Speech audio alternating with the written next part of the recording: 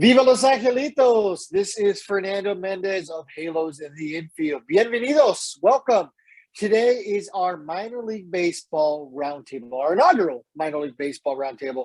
I, of course, am joined by Todd Fox. So we brought Kieran Lovegrove and Ty Buttrey on to discuss minor league baseball. We've done that before. Yes, that's what everyone's wondering. But now we're coming together, bringing both minds who have both experienced this from completely different views. And Todd asks them, hey, how do you feel about this? Okay, so now they're going to provide housing, blah, blah, blah, blah, blah. So we dive deeper into what's been done, what can be done, and what needs to be done to provide a prosperous future for minor league baseball players. They both admit that, hey, a lot of ground has been made up over the last year, but we are still 20% the way up for Mount Everest. You know what I mean? This is tons and tons of more work to do. Exactly. And personal experiences that they've gone through in different eras of minor league baseball, different teams. So they got to the nitty gritty on a lot of this subjects that, again, was not privy to the, pre-social media Major League Baseball fan. So they have a lot of great ideas in this episode on what can benefit things moving forward and as far as the state of the game as it is. Yeah, it's definitely one of our most informative interviews we've ever done. I hesitate to call it an interview because it truly is a roundtable, just like a town hall where, Todd asks the questions. I chime in from a fan perspective and somebody who has covered the minor league baseball issue for about 3-4 years now. And obviously Ty and Kieran share their experiences. So sit back, relax, enjoy. Before we get started, we of course have to remind you guys to check out our Redbubble. We are using all the money all the time to donate to our community. Actually, as a response to this interview, we donated to Harmony Baseball. That was requested by Kieran, and we're going to donate to a charity as well of Ty's choice when he decides on one. So always looking to make the community better. So check out our Redbubble because of that. And also check out our sponsor, Chinook Seedery. Go to halosintheinfield.com, click on the ad for easy access, and order the best seeds ever. Without further ado, here we go. There's the Minor interview. League Baseball Roundtable.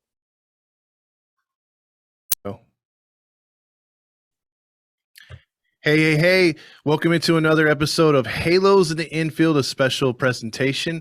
This is Todd Fox along with the co-host. Fernando Mendez. Good evening, everybody. And we have two special guests coming from, want to go, Ty? Yeah, Ty Buttrey from former Los Angeles Angels pitcher and right now retired entrepreneur, nonprofit owner, crypto advocate, NFT advocate. Just happy to be on here and appreciate what you guys are doing. Thank you so much. And we have another guest by the name of?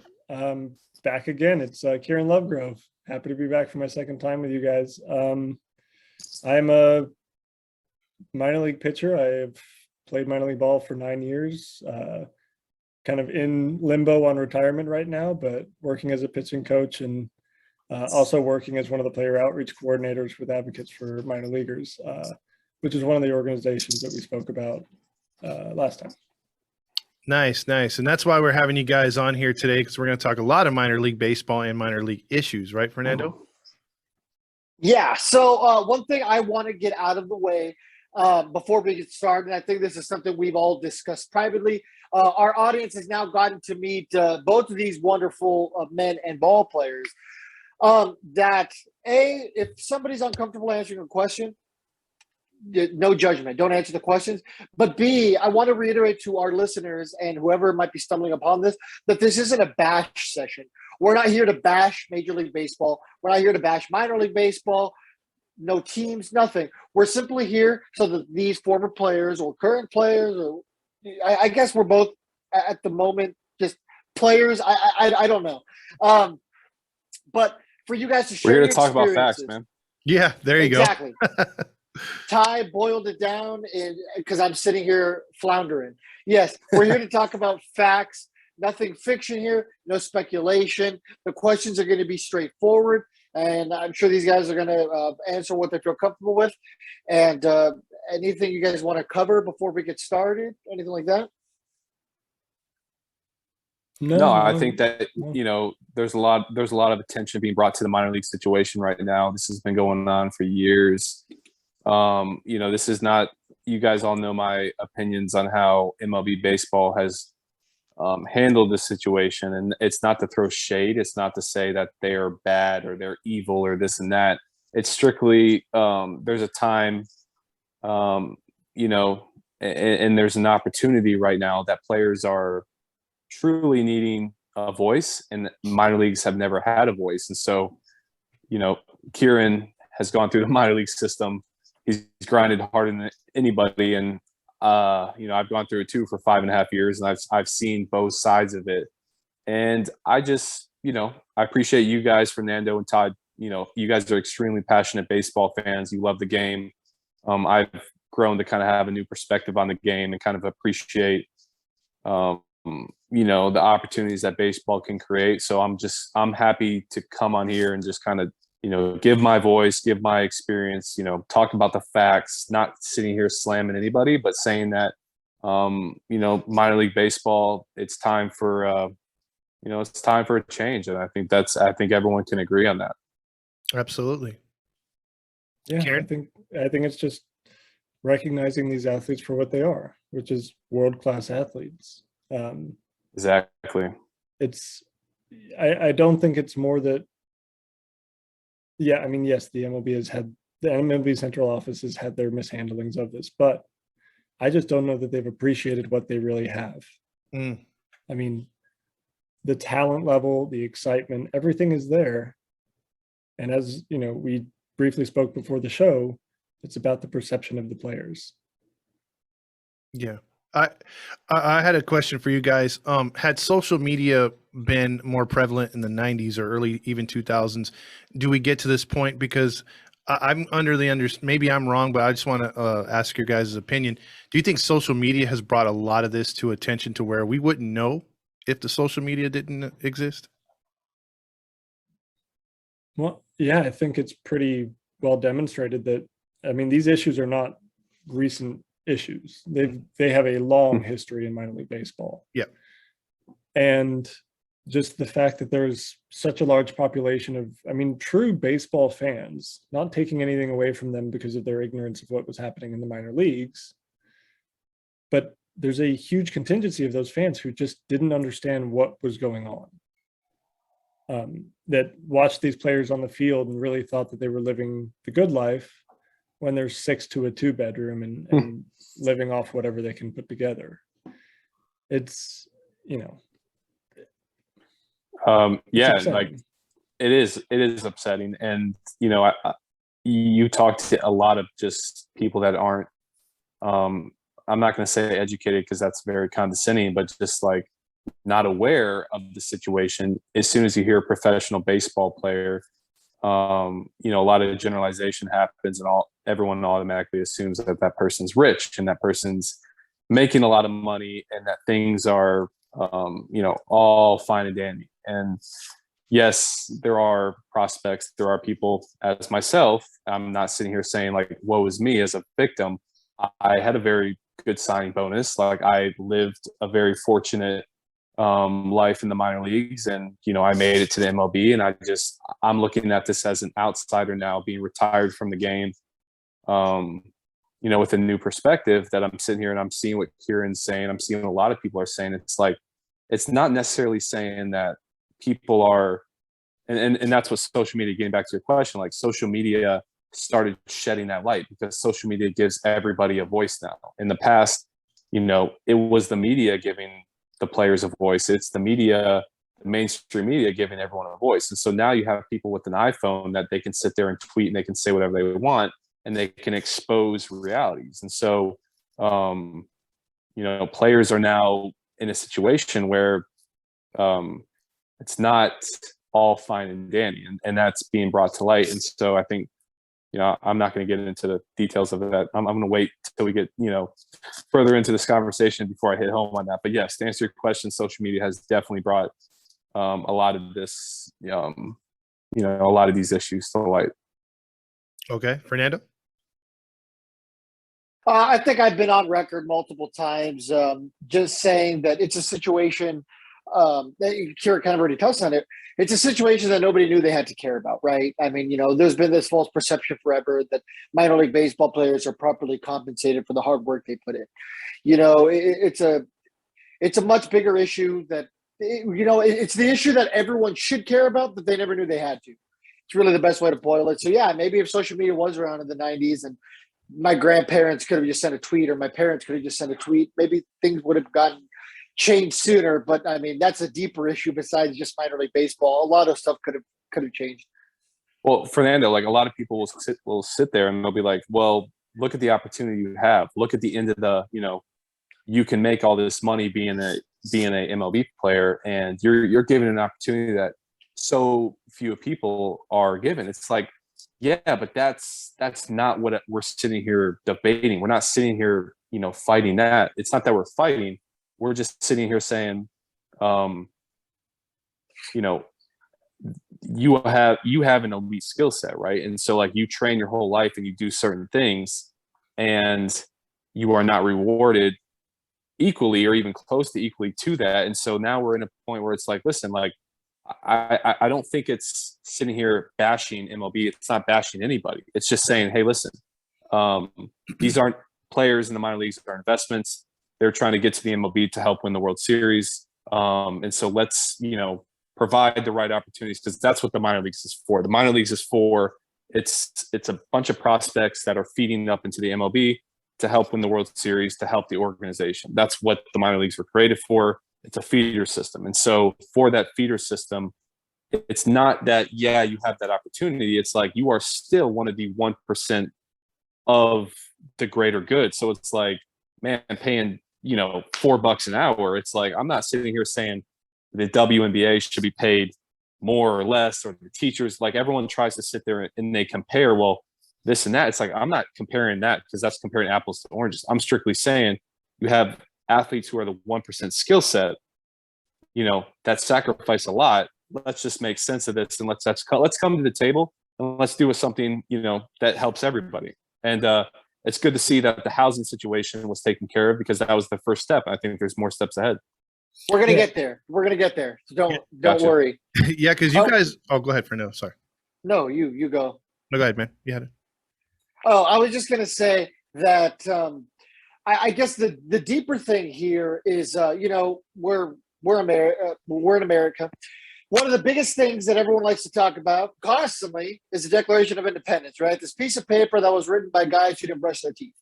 But in that, it says that everyone has the opportunity to life, liberty, and the pursuit of happiness, right? So let's talk about that last part, the pursuit of happiness. How could somebody possibly have the opportunity to live a dream, be part of a 1%, and pursue their happiness when we're talking about somebody who's now forced to live in a situation where not only are they not getting paid minimum wage, they're getting paid less than half of the minimum wage, especially in some of these, states like California, where cost of living might be a little higher than, some of these other states. And that's not a cop-out.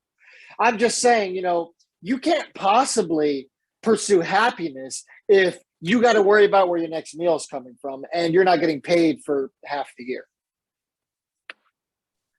Yeah, no, you hit it on the head. Right now, the system is basically designed to create negative feelings. It puts you in a horrible financial stress. It puts you into relationship stress, because most guys can't have their families with them. You have the physical stress of the game, the emotional stress of the game, and you're not given the proper nutrition. Your sleep cycle's all over the place. I mean, this is scientifically proven to lead to depression, those sorts of things. Scientifically proven across multiple studies. And yet we sit here and say that's how we're developing the best athletes in the world. Yeah. Yeah, and it's always said like, hey, it's part of the process. You know what I mean? Like it's just wildly the accepted process. as you got to pay your dues. Control what you can that doesn't control, make- right? Yeah.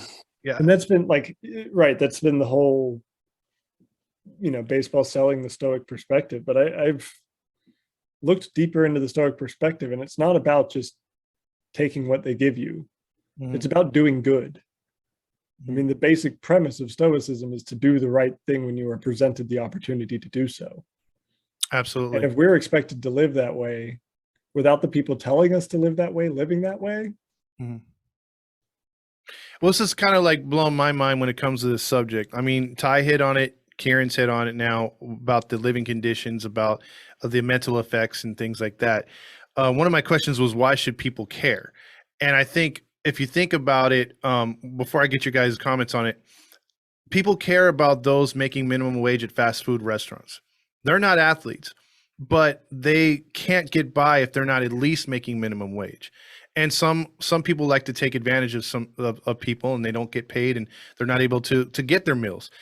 I think baseball players, although if you take away the glitz and glamour of the major leagues, they're in the same situation as these workers at these restaurants. I don't know if you guys are like, if you agree or not, but but they don't have a agency up until now. Recently, what you guys have been talking about off air, and which I would like for you guys to talk about here, but they don't really have anyone speaking out for them, and they're basically making less than minimum wage.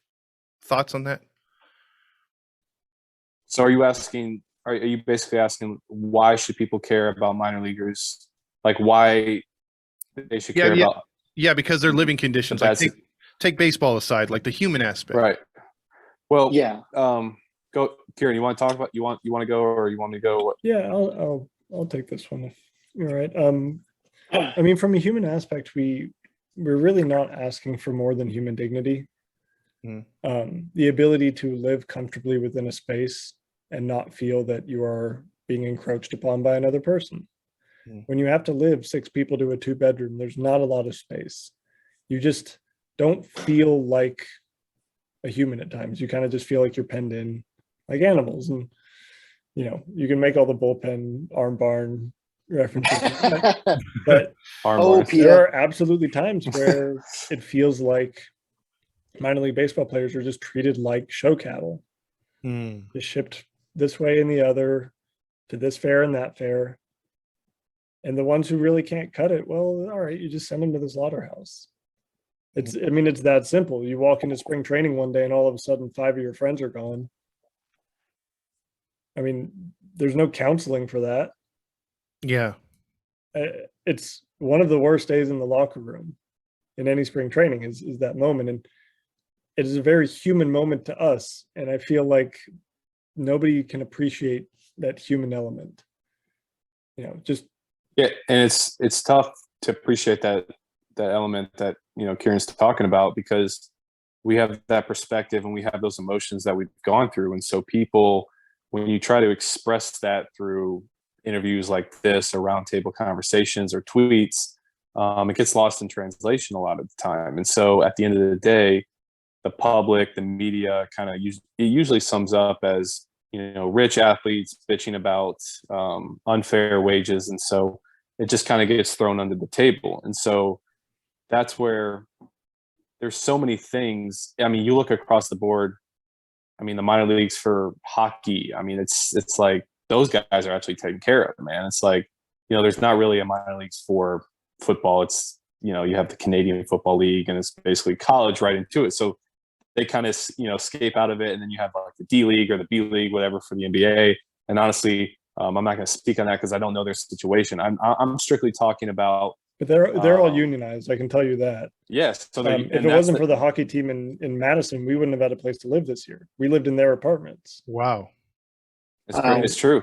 We had to rent their apartments off of their owner. Wow. And like, there's no union right now for the minor league players. And that's where I think there's an opportunity right now. It's not that guys are sitting there. It's like people should care about what they want to care. Like, you can't force anyone to sit there and say, you should care about this because these people, it's like, they may reconcile and like feel the same pain that these guys are, but like unless you're in that situation, you're not really going to understand what's going on. And that's why I look at it from, I'm trying to like, when, you know, I know I came off very hot, you know, attacking and like saying and throwing blame, and then like through with perspective and kind of like taking the last couple of months to understand the situation, understand how the business side does play into this. I'm strictly saying, man, I'm not sitting here like arguing guys should be making $100,000. Like, I'm not sitting here arguing that minor league baseball players should be taken care of. And it's like, you make it to the you make it to the MLB, you should just like kick your feet up and say you're good. Like, no, like you make it to the MLB or like the minor leagues, there should be that incentive. Like, it should be a little uncomfortable because you want to get to the MLB. Like, you want to be that elite player. Like, it shouldn't just be, hey, I made it to the minor leagues, I'm good. But at the same time, when you're making $10,000 a year in the housing situation, the food, the mental health, like all these aspects in the off season. Yeah, you're working 2 jobs, man. It's like, I'm not sitting here really fighting for much. We're fighting for something that's just a basic human right, man. Like, it's a no-brainer at the end of the day, if you depend on how you look at it. So like, fans can sit there and say, hey, I don't care about, but like, that's your prerogative. I'm just saying, like, listen, man, like, you can go work at McDonald's, you can make more money than you can being a 1% athlete. Yep. I mean, it can be summed up in the antitrust exemption. Basically, the ability for the MLB to pay us whatever they want because we're a non-unionized body. Basically, calling us seasonal workers when we actually work 49 weeks out of the year, with most guys taking maybe 3 weeks off at the end of the season before they start working out and training again. I mean, these are working class dudes. They show up, they grind all day long, they go home tired, and they do it again the next day, and the next day, and the next day, and the next day. Like, these are working class dudes. They are what allows those stadiums to be filled with people, what allows the stadiums to have workers, what allows those smaller towns to employ people. It's because those stadiums are filled with great athletes that really put it on the line every single day. And the last time we talked with Ty, he brought up something, Kieran, about, guys who have families who started young or married, and his wife was like, I don't know how they do it. And like, I didn't even think about that. Here they go, that, it's one thing for a player to be following their own dream, trying to get where they got to get, crafting their, or trying to be at the best of their craft all year long. Like you mentioned, 49 weeks of the year. But then to have a family on top of that, or have a little baby or a wife or a girlfriend or something to support too. I mean, that's the mental aspect that I didn't think about till Ty and his wife brought that up. That's that hit me home, or that hit home for me for the first time really this year, because my roommate, who I was sleeping in the same room with, he had a daughter who was, I think, 2 months old when he left for spring training. Okay. And he didn't see her for 6 months. Wow. So he missed first words. He missed all these moments with his daughter that he'll never get back. You can put him in the big leagues for 15 years. He'll never get those moments back. Yep. I understand that the game requires sacrifice. The game itself draws that sacrifice out of guys. It shouldn't come from their families. It shouldn't come from the time that they can spend with their kids. Agreed. Powerful stuff. Do you guys or do you want to share an experience that you had that through your minor league time that just blew you away? Like, give an example to the fans out there about your maybe a personal struggle you had in between. Man, I mean, I guess there's obviously a lot of scenarios, shitty ass bus trips, bad spread, having my curtains ripped off in a A-ball hotel with a red light shining through, with a condom on top of the smoke detector with a red light blaring through, getting up in a 12-hour bus ride. Like, but like, that's the thing. It's like, there's so many things. It's like, it's not that we're, people are bitching about that, man. Like, that's the work and that's the grunt. You weirdly cherish those moments.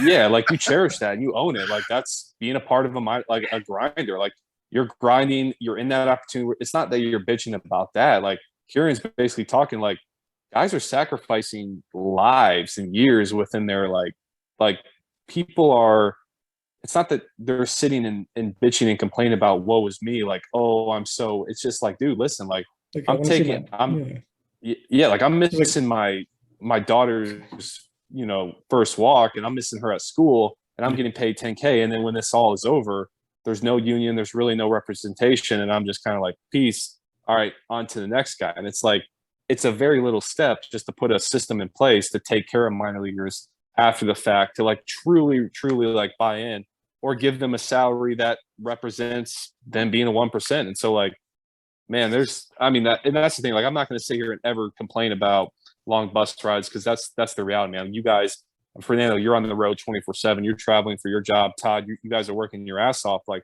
it's not complaining about the work, man. It's complaining about just simple things that just, to me, it's a no-brainer, but to other people may not be. And, fair credit to the MLB. They have at least tried to address the, 16-hour bus rides. They reorganized. They've done a few things where it's like, hey, maybe we're getting it.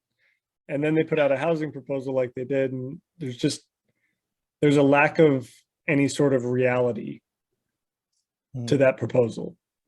It does not reflect what we actually experience on the ground. And that's where you realize, nope, they're still a bit out of touch, which is not their fault. They haven't stepped, foot on a minor league field for 20 years. But those of us who live that life, those of us who experience it day in, day out, we have the answers to those questions. We have what's the worst thing that can happen, because it's already happened to one of us. I had my personal struggles with alcoholism and my inability to find help through that, or my inability to ask for help because I was scared of how I would be perceived by the front office. Yeah. And I even think that there were plenty of people around me who saw my spiral, who felt that it wasn't their place to speak up. And so, outside of the game itself, because the game itself puts enough pressure and causes enough stress, just the day in, day out work. The stuff outside of that, the families, the parents, the kids, the stress that comes from that, the stress that comes from your own struggles as a human being that we all have. Those are really the moments where we feel alone, and where, at least in my personal experience, I didn't feel like I had anywhere to turn. Thank you for sharing. Absolutely. Was there ever ever a time where you guys maybe were on one of those long bus rides where you pull into town and you literally don't know where you're going to sleep that night? On the road, no. We always had a hotel provided by the team for us. I think breaking from spring training, or getting called up or getting demoted, I think that's when you get demoted and you're responsible for a lease. And you're trying to figure out within less than 24 hours where you're going to stay. I think that was very, very prominent. And maybe, like I said, I went through the minor leagues with one organization. Kieran's maybe, I don't know.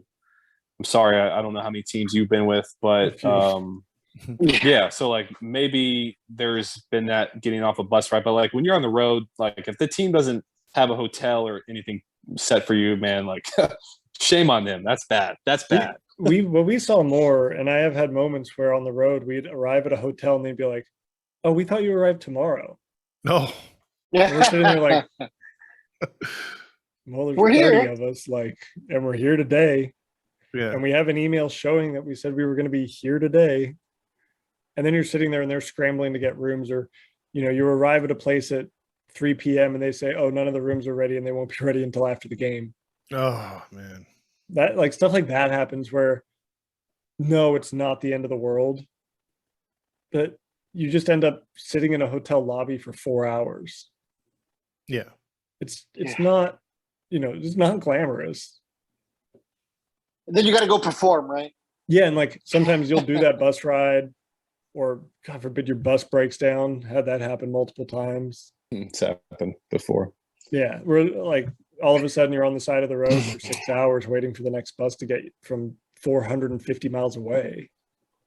Gee. And you just sit there and you play cards, and I mean, for lack of anything else, you drink. Like that's how it starts for a lot of guys. And for a long time, I think alcoholism was a huge problem in baseball. I think it's actually starting to get better, but the lifestyle breeds certain habits. Mm-hmm. I mean, there's so many guys who will quit dipping for a whole off season, get back, and 2 weeks later they're throwing them in. Can't help it. Yeah. The lifestyle kind of forces you to build those habits so you can bring yourself up for the game and bring yourself down afterwards to sleep. True. Do you have anything to add on that, Fernando? Or Ty? No, I never played in the minors.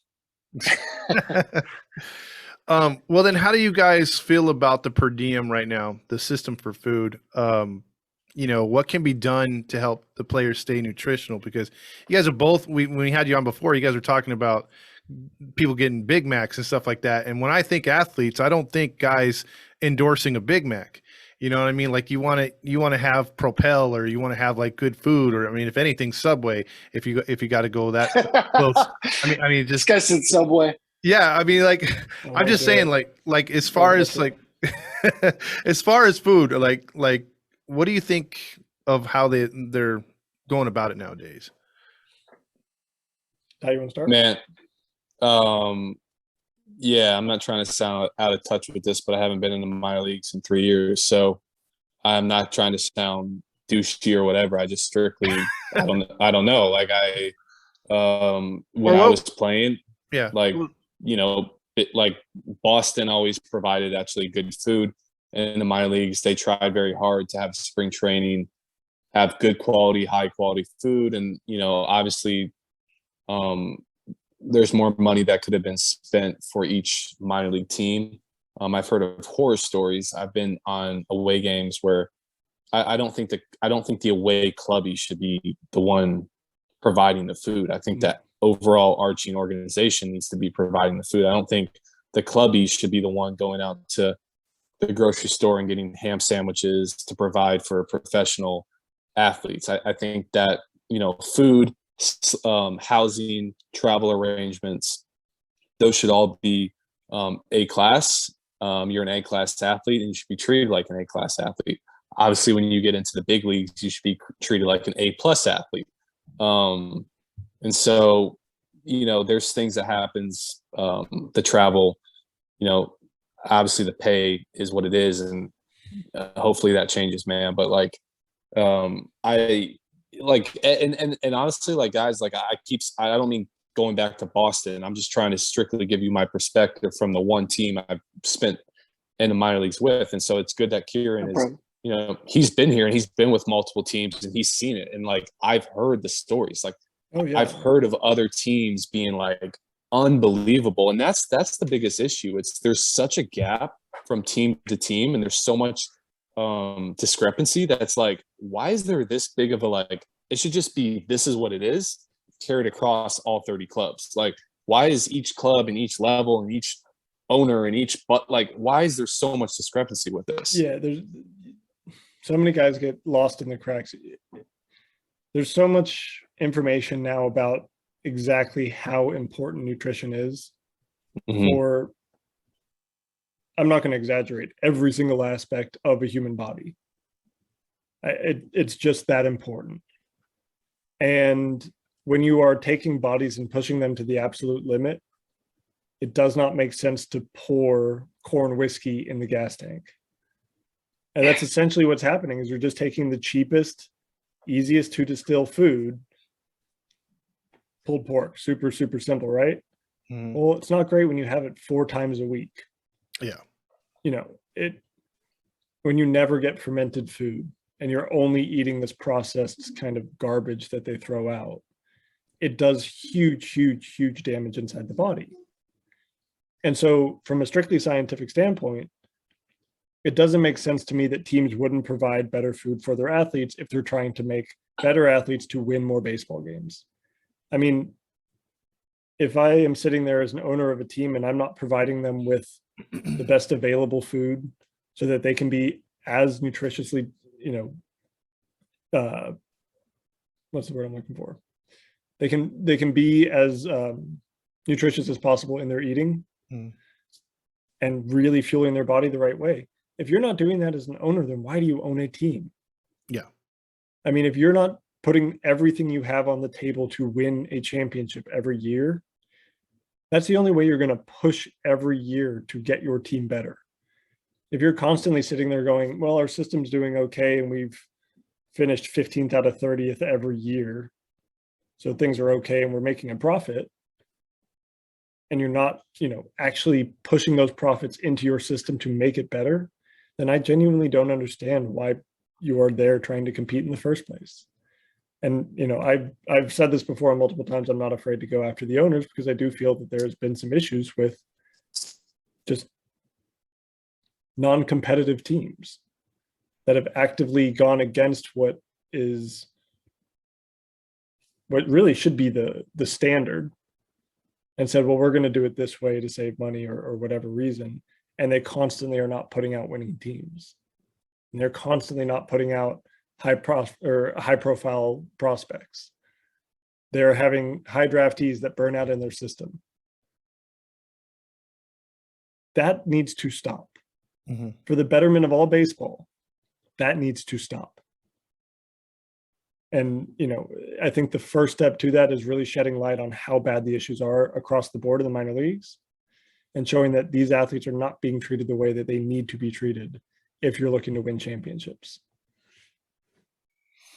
Now, Ty brought up, the teams just, there's no consistency. Like one team does it this way, one team does it that way.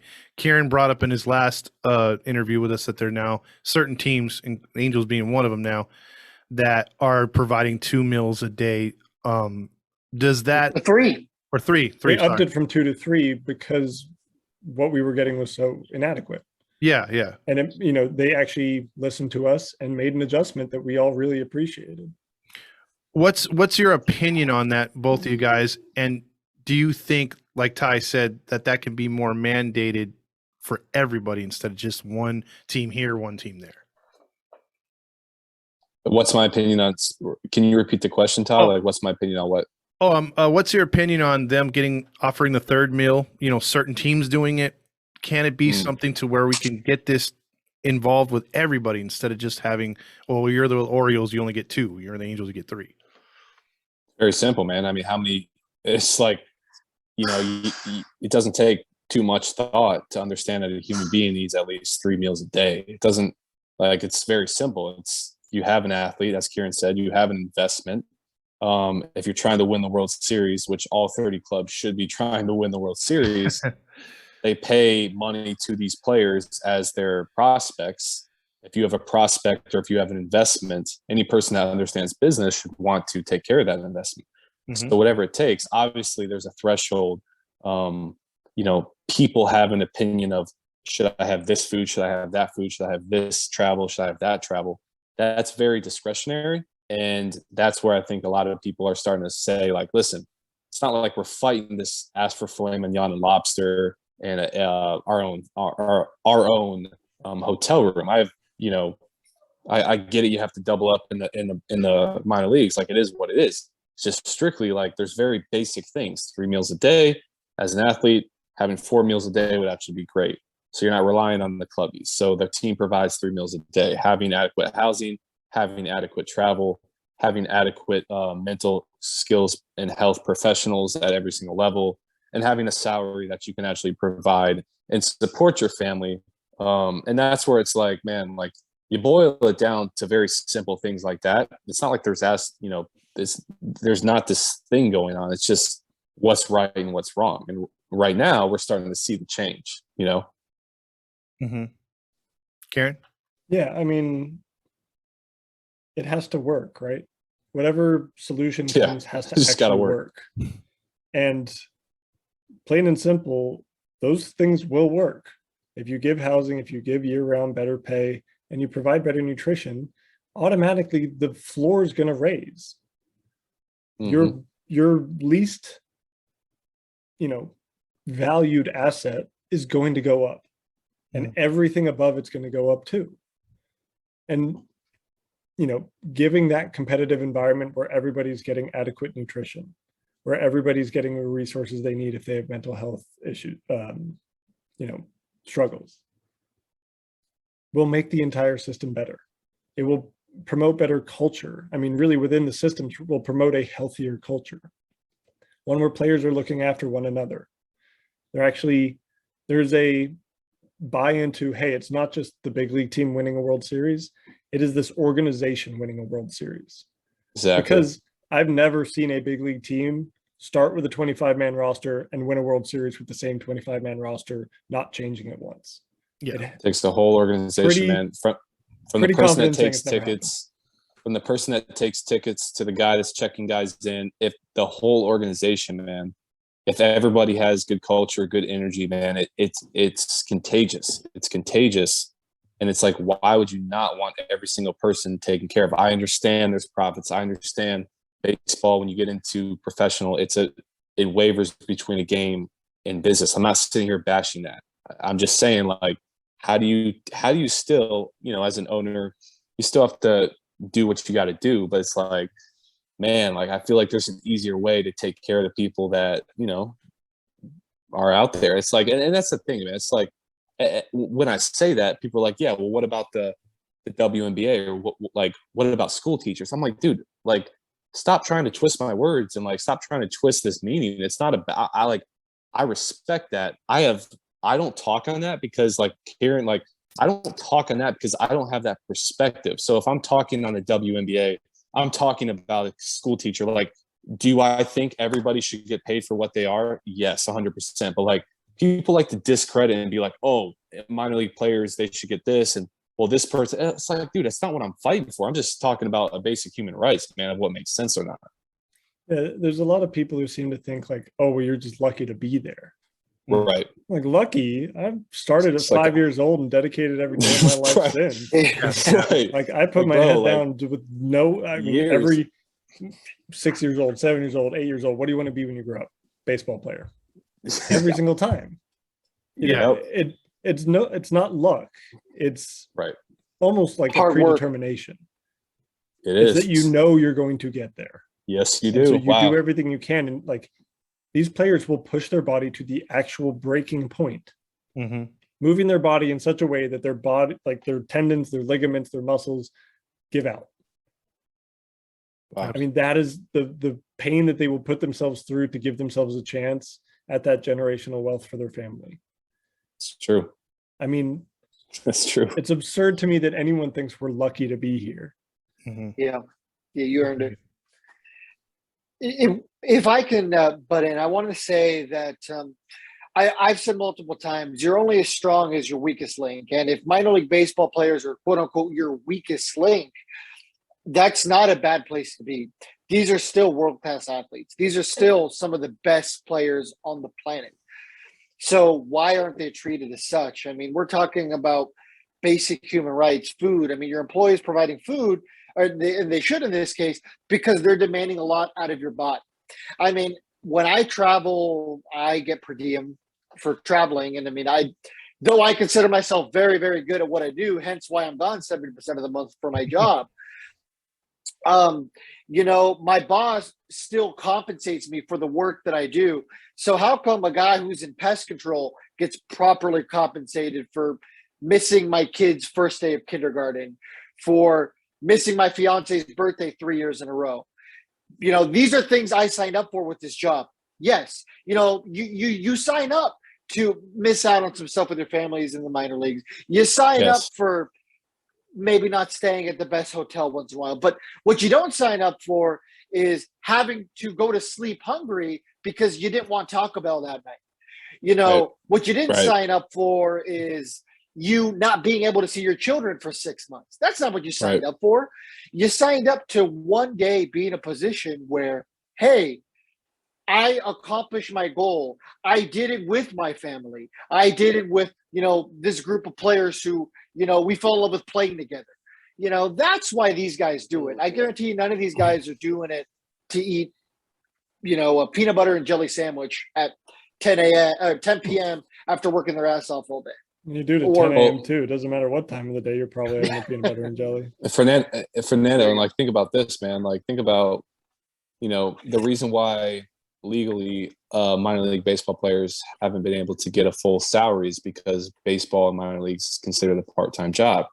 And I've talked on this before, and Kieran knows, and everyone knows that baseball is anything but a part-time job. You are training all the time, and that's discretionary. So like that's not looked at when you go into the court of law, because some athletes train 40 hours a week because that's what they need to. Other athletes can pick up a bat and hit 45 home runs. It's discretionary. So that's kind of thrown outside of court of law. But you start looking into what's demanded from a team. And so, you have 6 months of baseball, 160 games. I think it's 140 in the minor leagues, or 142.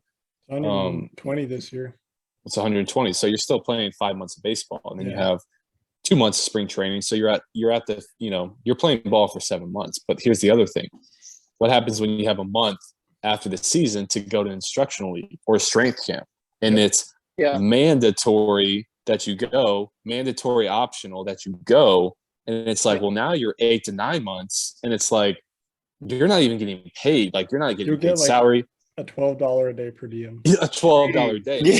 So it's like, dude, like I have no problem going to I've been to 4 instructional leagues. I've been to Dominican. I've been to 3 skills camps. I've been to every single camp you can go to. And it's like, dude, this is not a part-time job. Like if I'm going to go to and that's the thing. It's like, I know I'm nitpicking on that one aspect, but like that one aspect is rampant throughout a lot of teams. And that just goes to show kind of like how there's a lot of manipulation. I don't want to say like manipulation. I just want to say like it's allowed because, as Kieran said, there's no union. Like there's no exploitation is the word. Yeah, it's exploitation. Exactly. So it's like I think that's like the systems problem, though. I mean, there's a lot of and this is getting into like the politics things, so we won't dive too deep into that. But there's a lot of companies who can get away with things like that. Oh, it's a part-time job. Well, I worked at SeaWorld, and SeaWorld was the best company I personally ever worked for, aside from the company I work for now. And over there, they give everyone strictly 28 hours so they can be part-time because they don't want to give you benefits. So that whole thing was kind of shady. Okay. You can't go to past 28. It's that antitrust exemption that we brought up, and the legislation is moving in the direction of getting rid of it. It was brought up in the NCAA's name, image, and licensing case, and said, basically quoted that specific piece of legislation and said, "Yeah, this is antiquated, doesn't make sense anymore." So the direction is moving towards revoking their ability to do what they do, which is pay us as seasonal workers or artistic workers or whatever the specific clause is. And, that would go up above the head of the central office. That is something that we hope to see happen soon, but understanding how legislation works and bureaucracy, I wouldn't expect it for another year or so, if that. Well, piggybacking off what you said right now with the likeness case, I can go on MLB The Show right now, even a couple years back, and see Ty Buttrey on there. And then I could see you on the new one too, like in the minor leagues. Is there a payout for that as far as, because you guys are non-union players? Like say if Ty was still in the minor leagues from years ago, or, I mean, did you guys even know about that till recently, the likeness issue? Your UPC, your uniform player contract, denotes that you give up your name, image, and license to the team. Wow. Okay. Well, how come Barry Bonds was able to get away with it? He wasn't allowed to be on games. Was he just because he wasn't part of the players? He specifically, Michael Jordan, he didn't want to be on it. Yeah. Okay. And then there's guys who have certain clauses in contracts. For instance, minor league teams can't sell a jersey with your name on it, correct? Correct. But a guy like Tim Tebow, the Mets are able to do that because he signed a specific clause in his contract. So, it works for certain people. No, it's a pretty screwed up system. The immediacy of that signing, like it is the day you sign your first UPC, you sign your name, image, and likeness away. Wow. Okay. All right. Like the only way you can really get paid for it is through card deals and like sponsorship deals. Got you. Quick question real quick before I get into my next one. with your guys' experience, I know Kieran brought up he had the alcohol problem, didn't know who really to go to, wasn't really encouraged.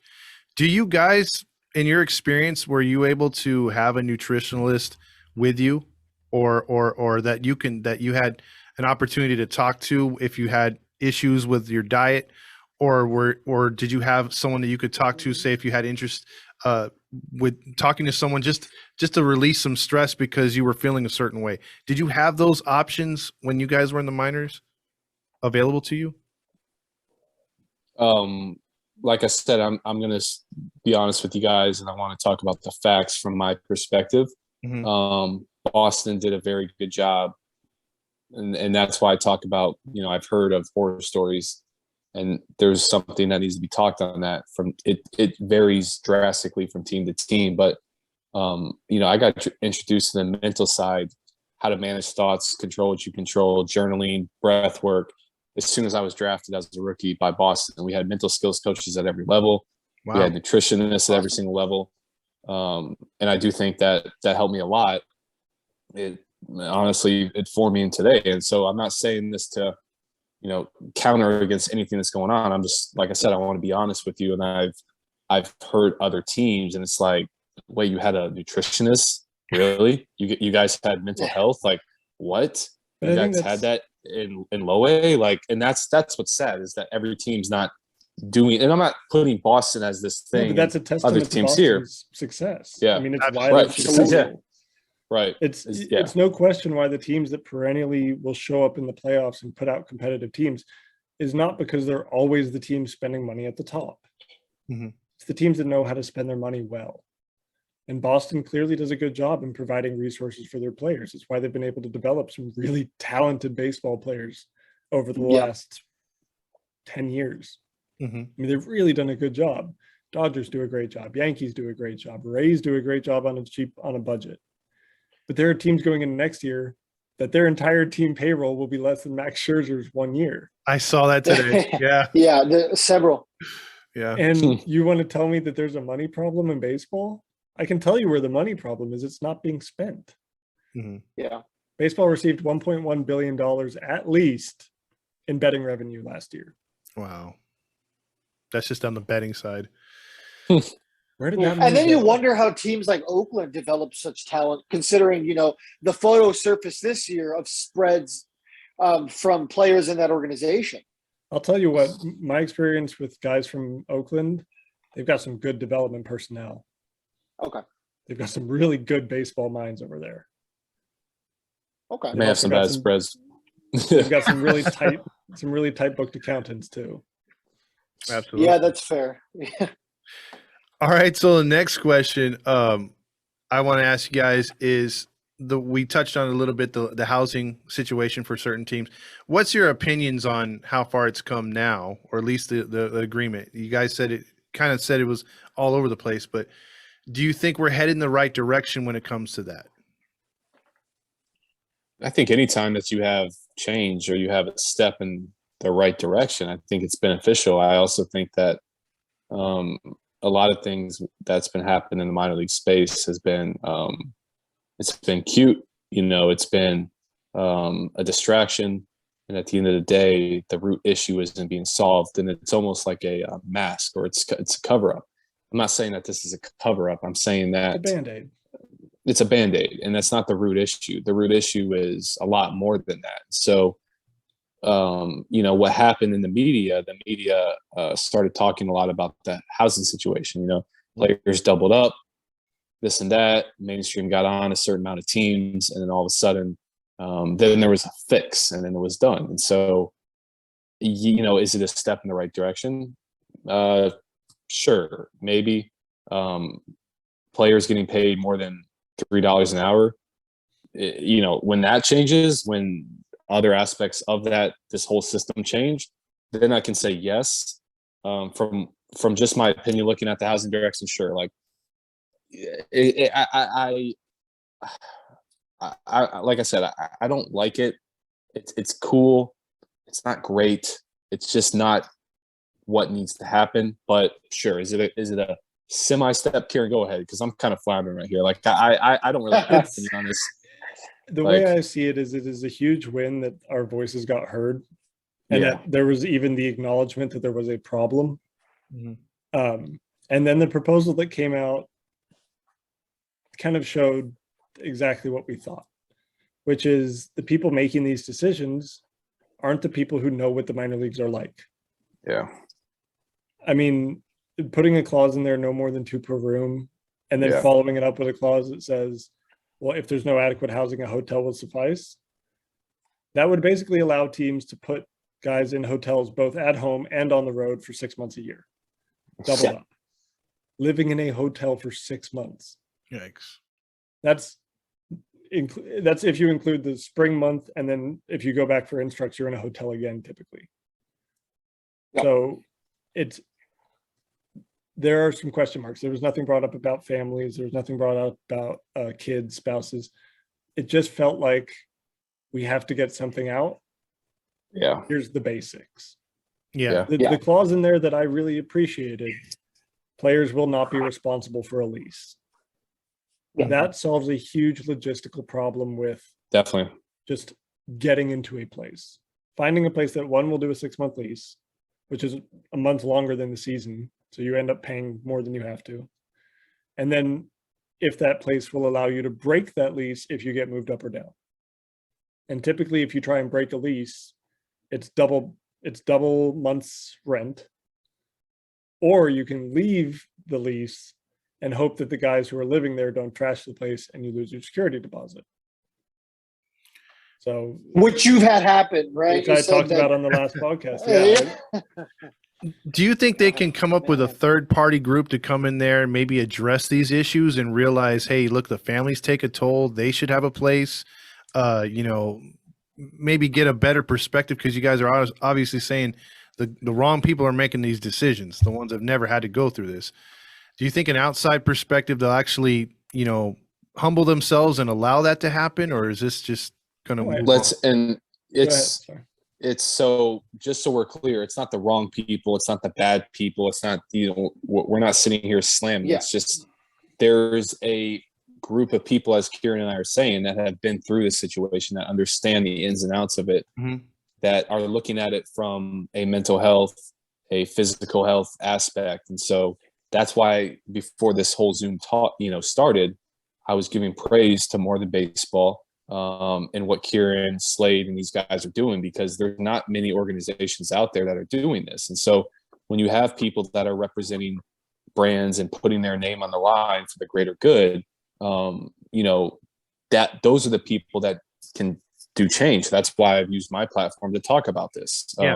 Obviously I'm not in the big leagues right now, but I've stepped away from the game, but talk about another organization coming in, like More Than Baseball, what they're doing, they're doing a really good job, and they're kind of creating some eyes on it. And I think it's going to start working. It may take time, but it's on the hot seat. I mean, I happen to have this one next to me, but this is just writing out ideas on ways you can fix the housing system. Wow.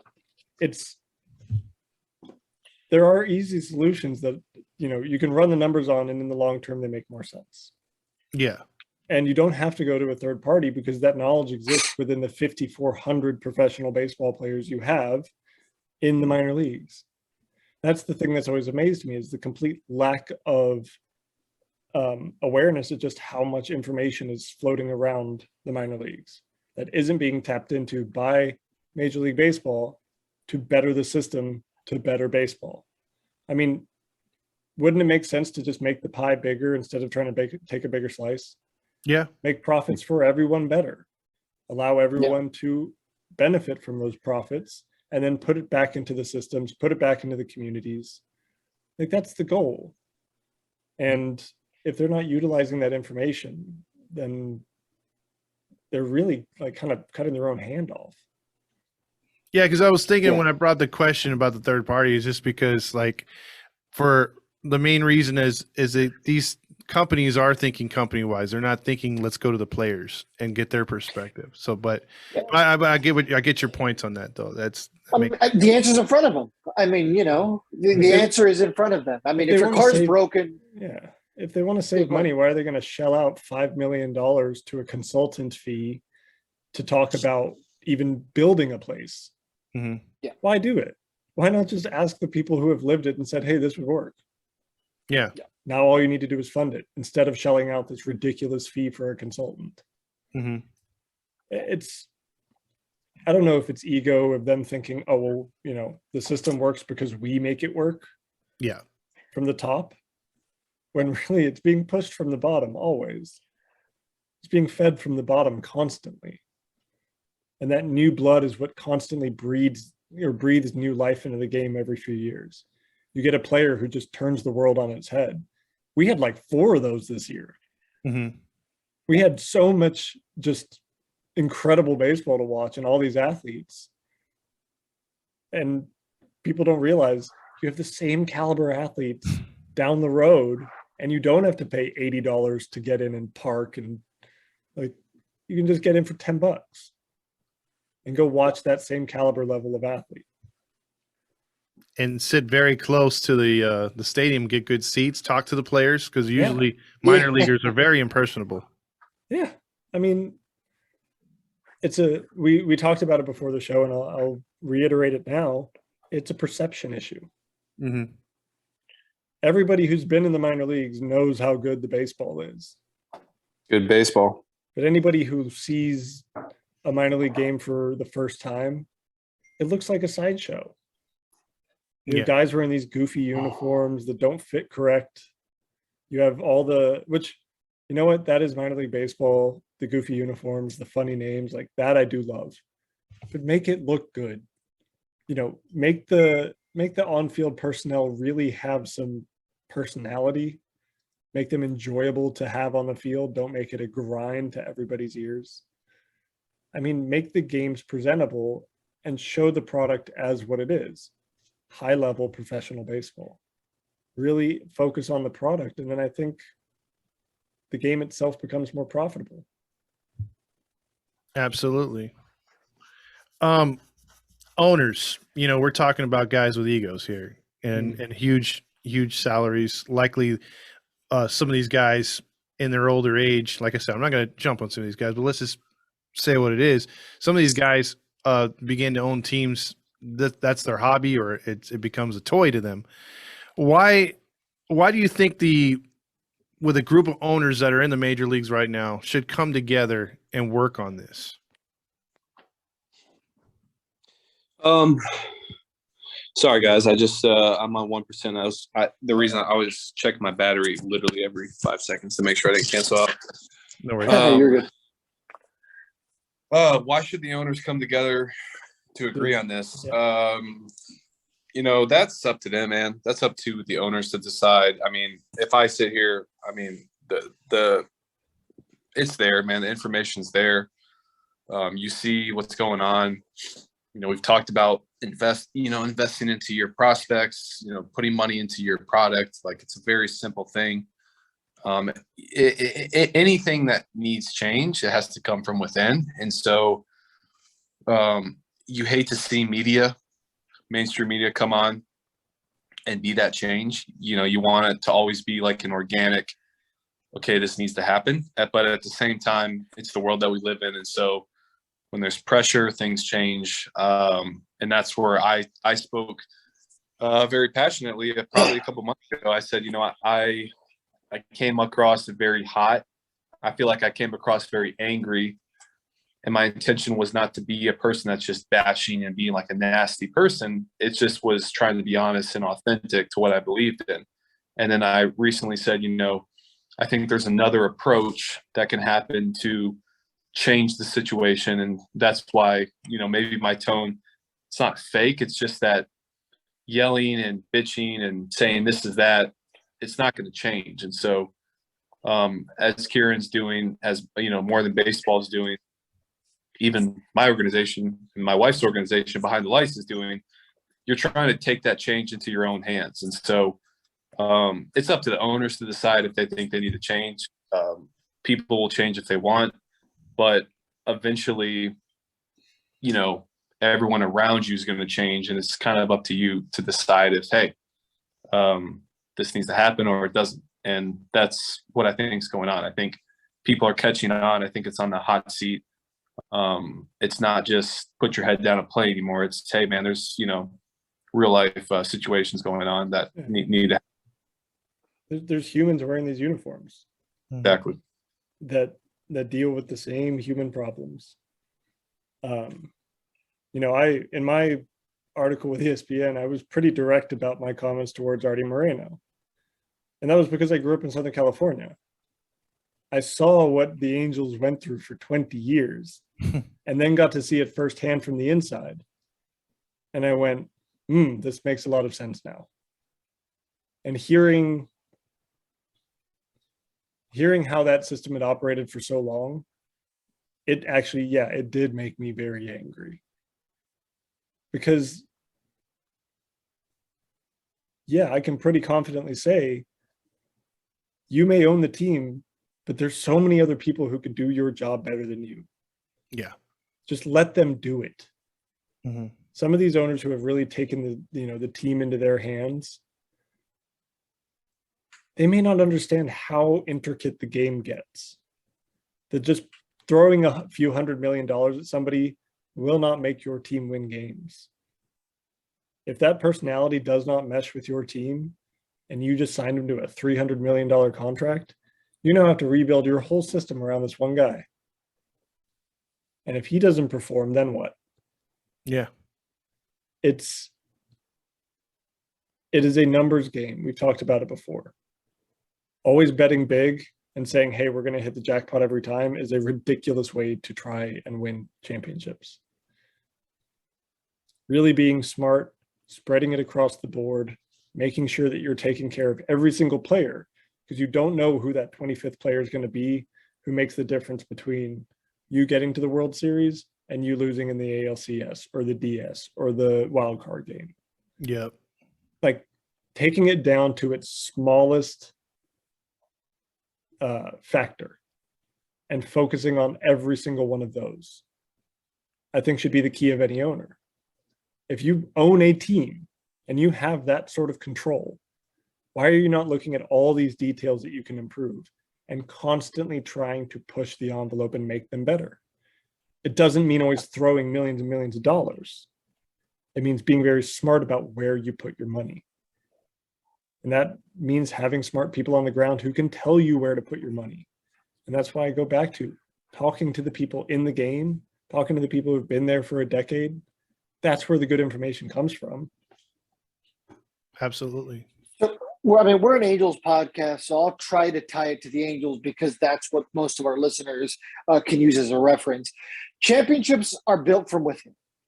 Todd and I have said that for a long time, and I think we're finally starting to hit the stage where Angels fans are starting to realize that, that's more and more true. And, baseball is such a beautiful game because it provides such parity, unlike some other sports where, the NFL, it's the same teams winning every year. NBA, one player makes such a big difference that all of a sudden you're a finals contender. In baseball, it truly is an effort from the top down. So the beauty in baseball has always been the fact that one minor leaguer has a really good year, they could get to the mountaintop, which is Major League Baseball, and make an immediate impact. We've seen it even for the Angels. Look at Francisco Rodriguez in 2002. Minor league guy, came up, made a huge impact, was one of the biggest reasons the Angels won the World Series. You look at the teams who have been winning lately, and it starts off with minor league baseball. At the end of the day, we understand this is a business. So let's talk about it in terms of a business. Why wouldn't you want to invest in a situation where your cheapest employee, at least most economical employee, could be your biggest quote unquote moneymaker, right? In terms of a business, that's what it boils down to. Like if you're drafting guys if you're signing guys, Dominican sign at 16, 17, 18, 19, you don't know how they're going to develop at 23, 24.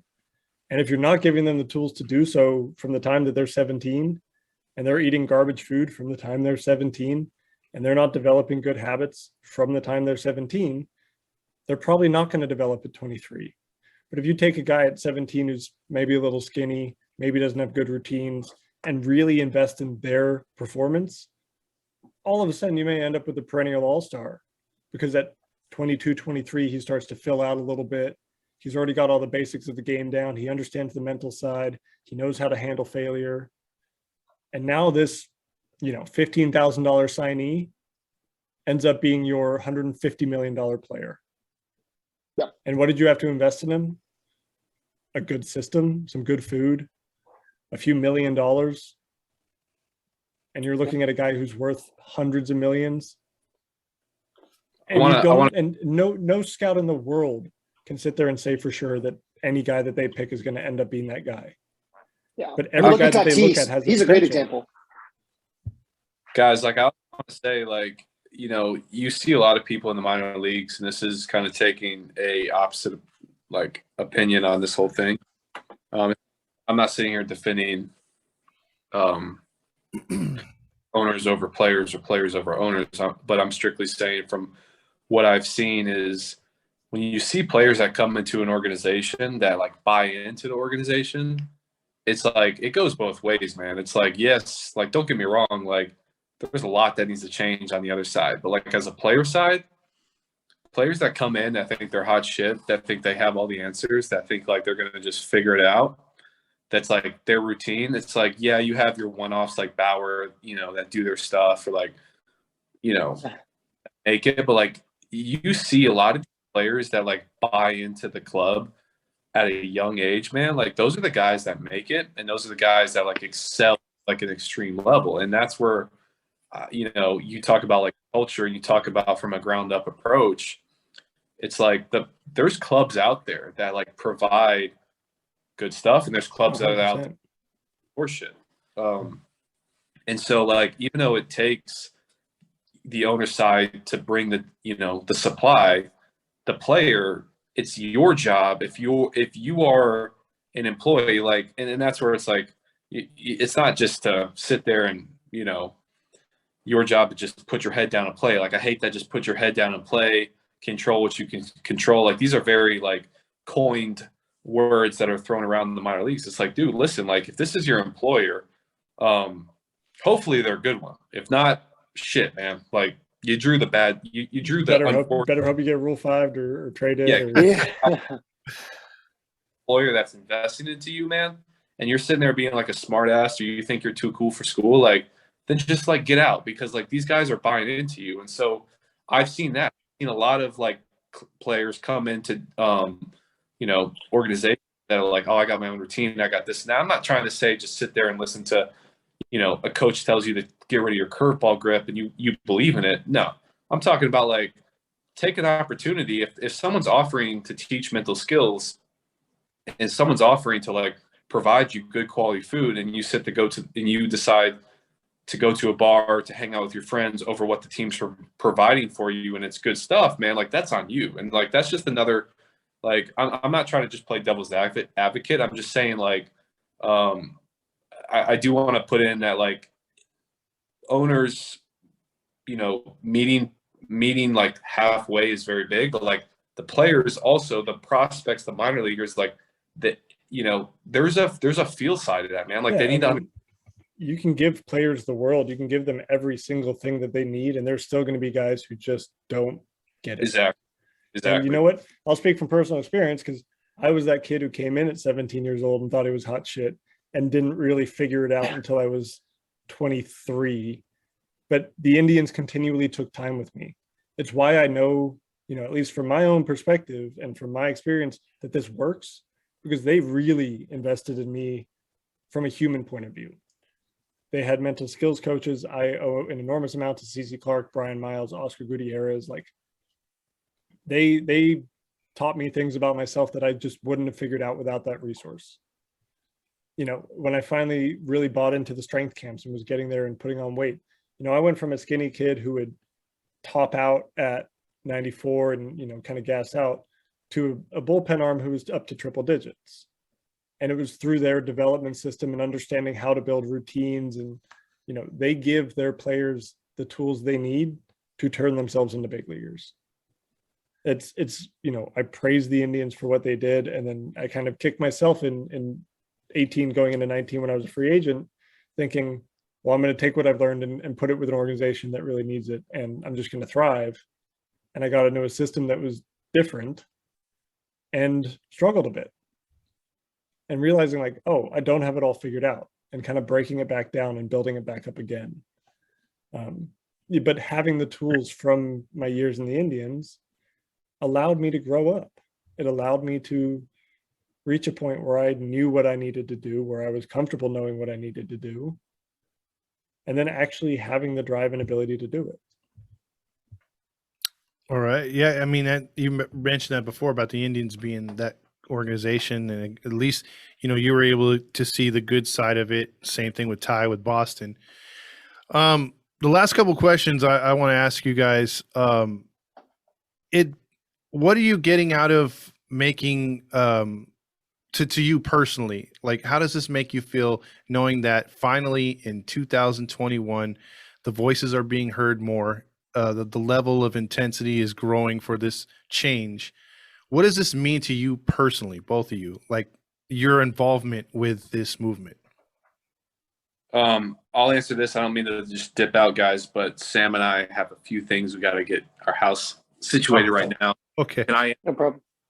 how do you have to end record, or how does this happen? Just being honest. Oh, well, if you want to just dip out, you could dip out on your side, and then we'll be fine. I guess I want to answer it.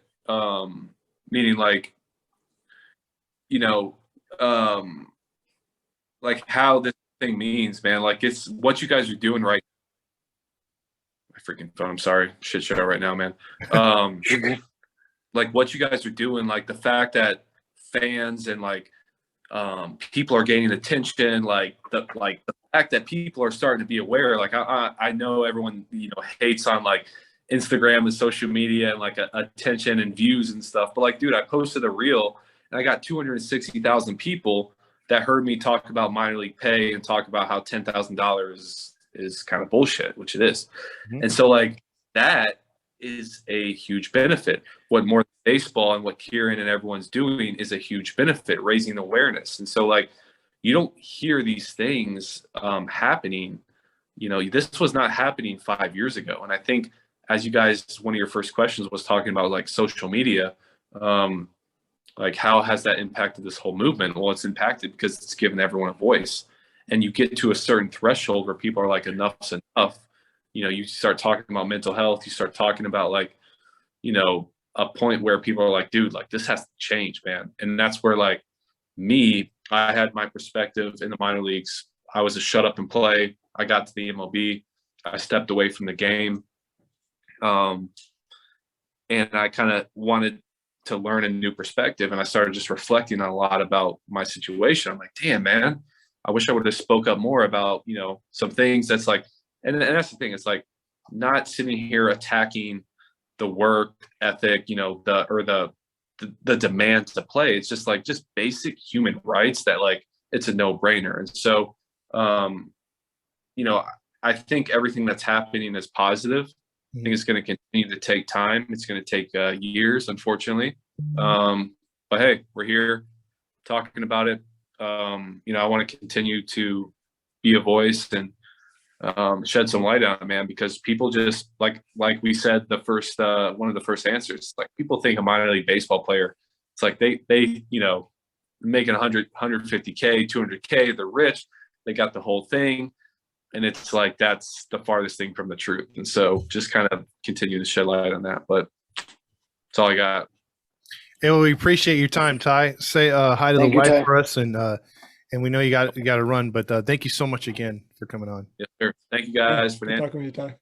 Kieran, great talking to you, man. And I just respect you so much, dude. And you're courageous as hell, bro. You literally I'm glad you're fighting this good fight, man, and I'm here. I'll continue to kind of be a voice as much as I can. So thank you, and thank you more than baseball guys, man. Thank you for having me on. Talk to you guys soon. All right. All right. Yeah, take care. Thank you. So Kieran, live interviews, I'll start crying if people compliment me. Yeah. Well, I mean, you guys are trailblazers, man. You're a trailblazer in your own right, and then he's a trailblazer as well, getting the voices out there. But what does this mean to you personally? Because I want to ask the same question that I gave Ty. Well, to me, it's an opportunity. I mean, this is really the first time in at least my experience with baseball that the minor leagues is even being talked about in any sort of a positive light. Like, there's positive direction. We actually accomplished something incredible. We got something done. We got our voices heard. And while no, not everything's perfect with it, I think this is the first step to having a seat at the table, being able to, discuss our workplace and have some control over it, to make sure that we're not losing all these incredible athletes through the cracks that have been formed in this system. To me, this is the opportunity to rebuild the minor leagues. I mean, I think as a nation, like, reinvesting in these towns, these cities, reinvesting in our roots is something that is super powerful. I mean, it will bring people to the ballpark. We saw it in Alabama. They put a lot of money in that stadium, and they had an incredible turnout. And they have fan base up to Tennessee down to Pensacola. Yeah, people wearing the uniform or the gear. Baseball will always be here. I think it is finally time to rebuild it and give it a new platform to kind of go to greater heights than it's ever been. I fully believe that it can be a very profitable business. I don't delude myself in thinking that this isn't a business still. But I sit there and I look at it and I go, why do we present this product as anything less than world-class, top tier athleticism, the most incredible feats of human athleticism you can think of, guys throwing 100 miles an hour.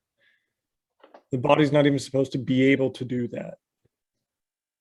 And yet guys go out there and they do it every night, hitting that 100-mile-an-hour pitch 450 feet.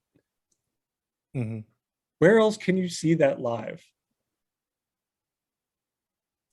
There is nowhere else on the planet where that happens as often as it does, across as many cities as it does, day in and day out, 120 days in the summer. It's absolutely beautiful. And it needs to be represented to the public as this, pun intended, diamond. Sorry, that was on my. Go ahead. I was like, who's that? To remind people what is in their backyard, and to reinvest in these players and remind them, yeah, what you do is incredible and you deserve to be treated as such. So to me, this is the first step in a very, very long road to a rebuild, but something that will come out the other side as really, truly special. I only see that happening, though, if there is collaboration between everybody. If these walls and these egos come down, and the people who make the decisions around baseball and the people who love baseball get in the same room and discuss what is going to be best for the game. Getting rid of the inner circle, getting rid of all the bullshit, and just sitting down and honestly saying what is best for the game. Because what is best for the game is best for the business, because the game is the business. Absolutely. And to think that its employees are anything but the most important driving factor of that business, I think is a completely delusional idea. Without those players going day in and day out, none of it works. I agree. I mean, like if the players were to feel valued at the lowest level on up, the game, their loyalty in itself, like you said, would just be amazing. And it would. Yeah, I think players would buy into it more. I think guys would dedicate themselves to playing longer, to pushing themselves more in the off season, to taking more time to their development. I've been reaching out to guys now and just trying to get on the phone with them. And they're like, hey, I'm working out from 9 to 1, and then I work from 1:30 until 6. And that's not what a true elite athlete should be doing. Yeah. They shouldn't be finishing Definitely up not. their workout, showering, and going to Lululemon for 6 hours to stand and talk to people about leggings. Yeah. So many of them have to do it. Yeah. All the time. Powerful stuff, Kieran. Absolutely powerful stuff. Is this our closing, Todd? Is this like, or is this where we Felt give our closer to closing me. thoughts? Yeah. I just, Yeah, that's what I'm saying. Because I have a closing ready. I just don't want to throw it out there of like, oh, I got one more question. well, I do have one last question, and it could, he could just sum it up, yes or no, or if he wants. The CBA obviously is right around the corner. It's the big dark cloud over baseball right now. No one wants to see a shutdown. There's a lot to talk about. Is there a chance, in your opinion, this gets into the crevices to where we can actually maybe talk about it a little bit? God, I hope so. Yeah, I'm expecting a lockout. I'm expecting it to be a relatively short one. Mhm. I think it's a lot of posturing. I don't agree with anybody's tactics in this particular scenario. But what do I know? Okay. Yeah, no, I mean, I think everyone's projecting a lockout. I know right now they're like in Texas right now trying to avoid a potential lockout, but I think right now the word on the road is that it's inevitable. Hopefully, Kieran's correct, and there is not going to be a long, lengthy lockout. I mean, we all know baseball can't afford a long, lengthy lockout.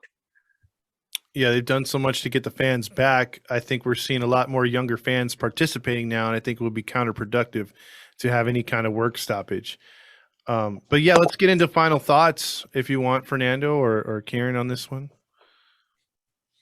I'll let Kieran go first as far as a final thought if he didn't already get it all out there. No, I mean, I've certainly said plenty. Like I said, I'll just reiterate it. I think it's the time to rebuild the minor leagues better than it's ever been.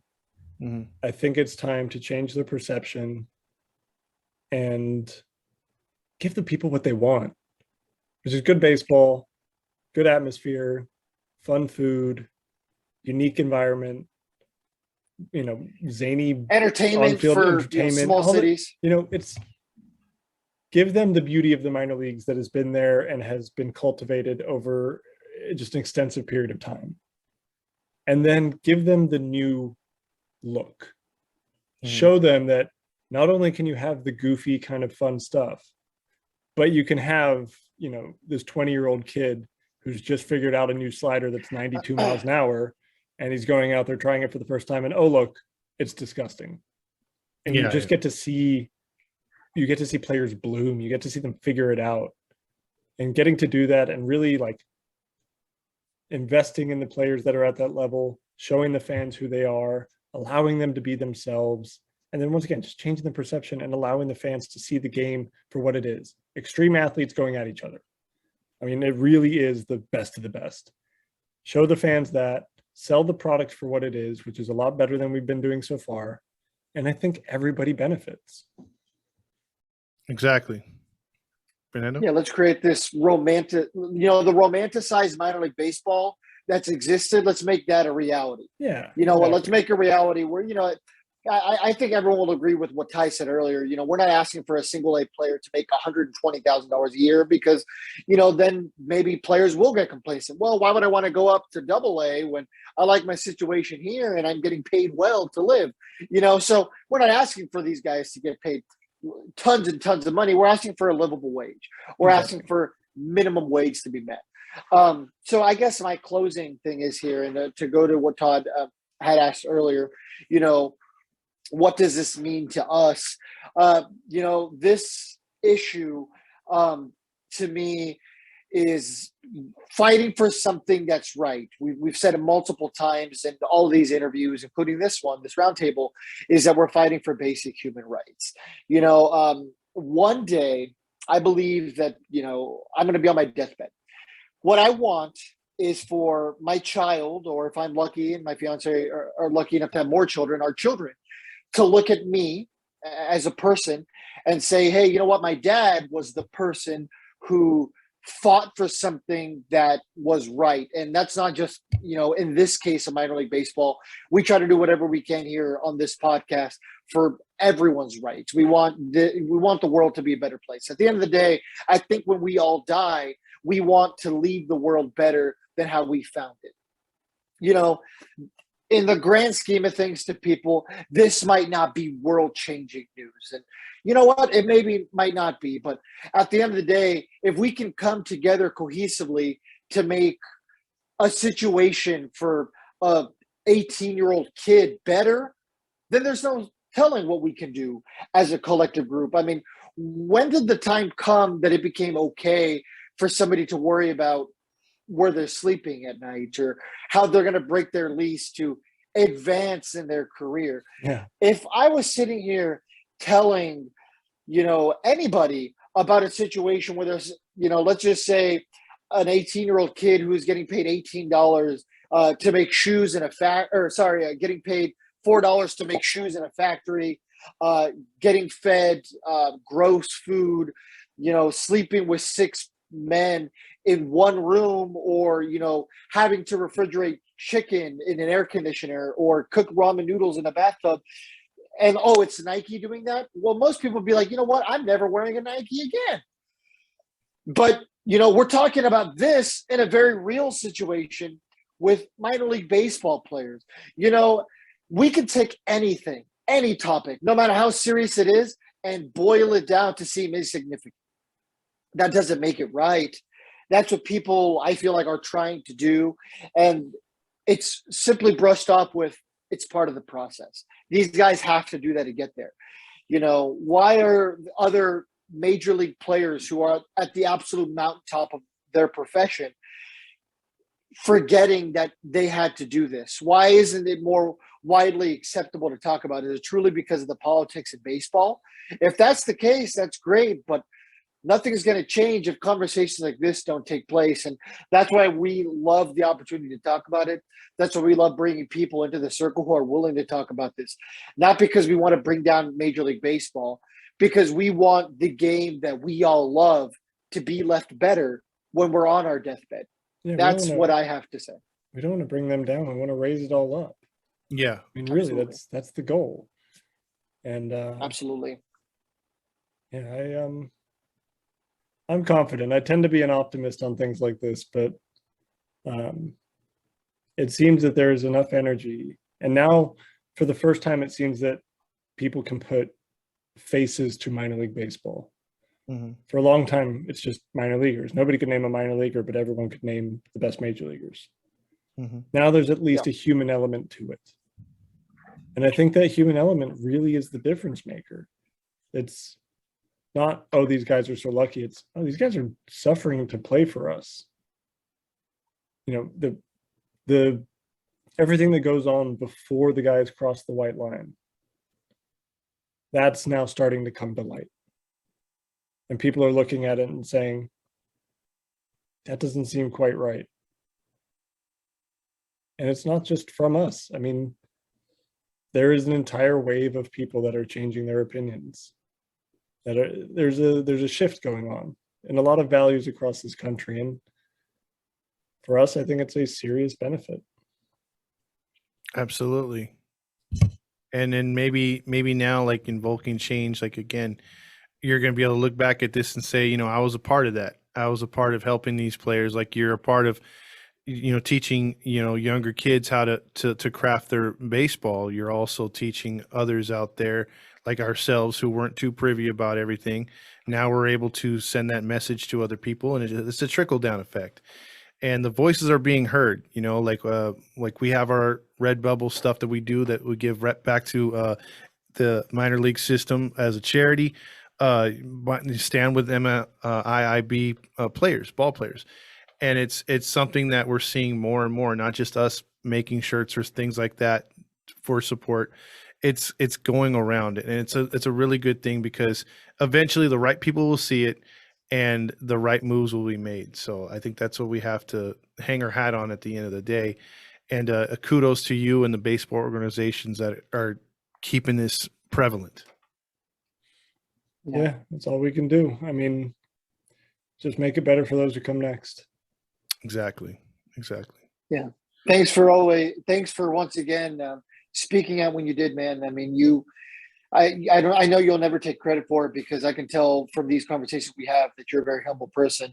But man, you changed the system. You made a difference. And, is the system perfect right now? No. Will it ever be? Probably not. But at the end of the day, the game is better now than when you entered it. And at the end of the day, when you reflect on your life, that's something that's going to matter. It's not going to matter if you're a Hall of Fame baseball player. What's always going to matter is if you're a Hall of Fame person. And you made a difference, man. You simply did, but we're not done. There was a moment in my career where I was told that I was a shit teammate. And the person who told me said, I didn't want to finish my career being the best baseball player. I wanted to finish my career that when you asked another person who I played with, hey, what do you think of that guy? Oh, he was a good teammate. That was a turning point in my career where I really wanted to start to put the players to my right and my left first. Mm-hmm. And the game took on this beautiful new meaning to me, that I could do my part, not just by putting in my own work, but by picking up the guy to my right who maybe had a rough day or needed that little boost, who is going through something with his family, and you just need to be there for him. That turned my career, my life, whatever, it turned it around. To hear you guys be so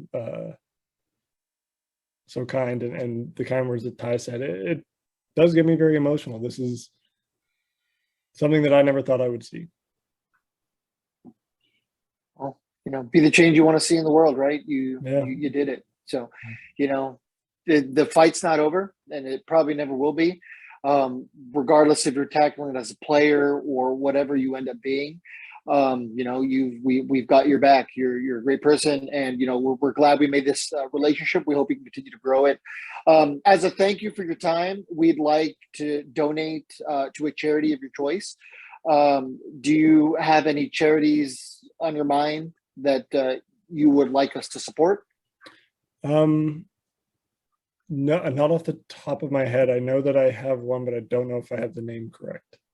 Okay. Well, whenever you got it, send it over to us, and we'll gladly make a donation. If you want under your name or just under the podcast name or anonymous, whatever, just let us know. And I do have. Okay, it is Harmony Baseball Academy in Cameroon.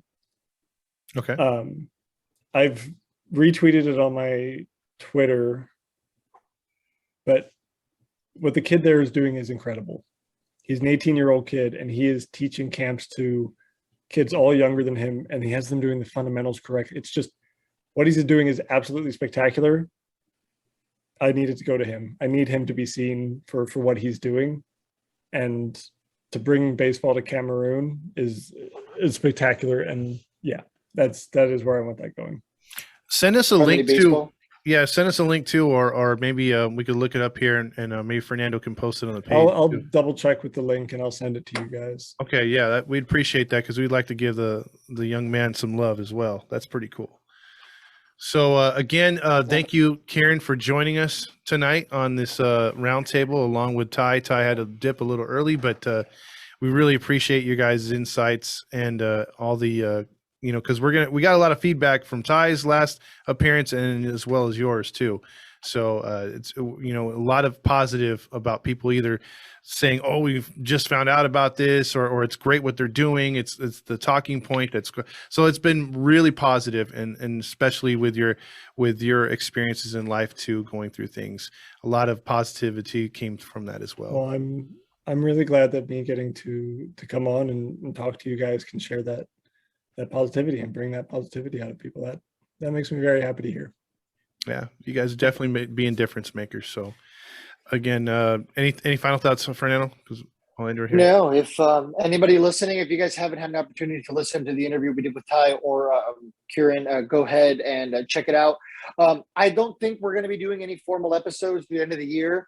this is probably going to be the last new one for the year unless there's any breaking news. So we will be re-releasing some old interviews we did, including the 2 we just mentioned.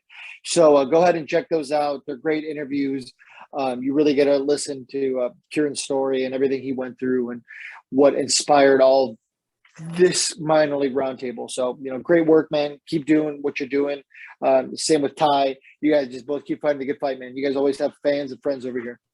Thank you. It means a lot to me. All right, Kieran. So for everybody here on Halos in the Infield, have a good evening. Yeah. Good night, you guys.